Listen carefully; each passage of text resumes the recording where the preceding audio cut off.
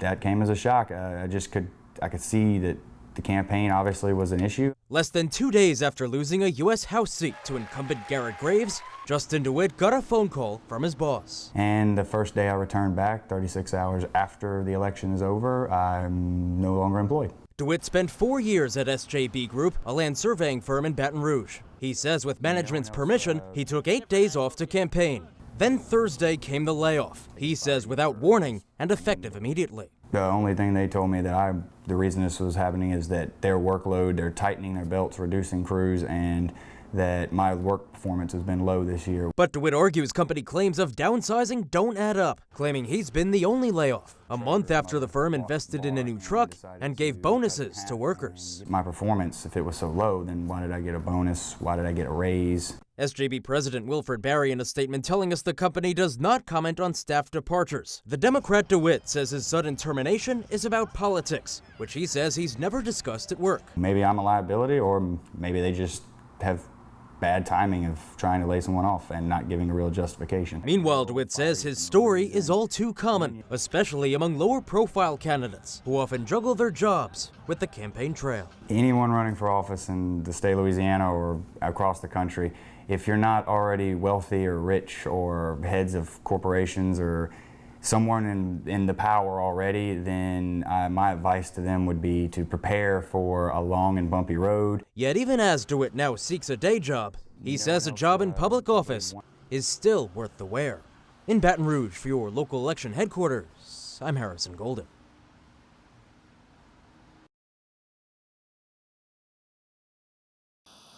For its moss-draped cypress, tucked away cabins, and water reflections that could slay the Greek hunter Narcissus, Bayou Corn is where you can go quite some time without hearing a single word.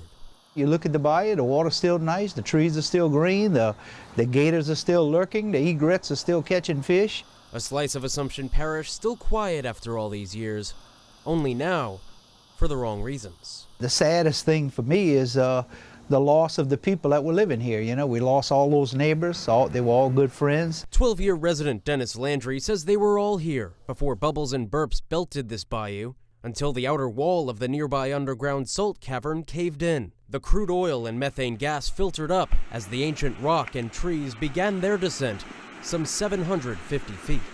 Before that sinkhole ate up nearly 37 acres of this community, Bayou Corn boasted a population of just about 350. Today it stands at about a dozen. You know, we have the stigma of the sinkhole hanging over us. Many never came back, fearing more collapses to come. Texas Brine, the company operating the failed cavern, agreed to buy out their property, the value of which had fallen with the land itself. And now I have a home, a 3-bedroom brick home that was probably worth in the neighborhood of $300,000 that is now unsaleable. For those who remained through the evacuation order, Texas Brine gave weekly checks of $875. Not enough, says Bob Deaton, who's lived on this bayou since 2006. And they have taken the position that because they paid weekly disaster assistance, that they don't owe us anything, that they've already paid. Landry questions whether he'll someday have no neighbors left. Still, he doesn't regret that choice he made 6 years ago to keep his piece of the land still standing. This is a hard place to replace. And I thought immediately, I said, man, if we evacuate here and we leave, we'll never find a place directly on the bayou, directly on the water, as beautiful as this is.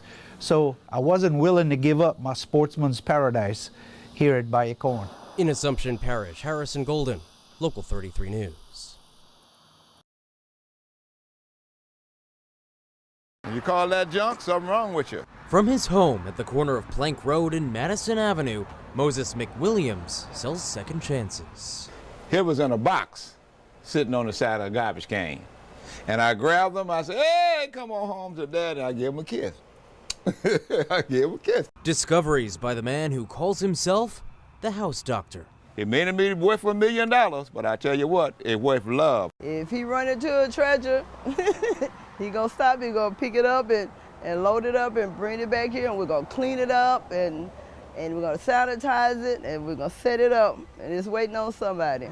In a part of town where the residents may have trouble affording the Walmarts and the Targets, Moses sells you a bed or couch for $15, books and clothing for $1, glassware for $0.25, and children's toys always free.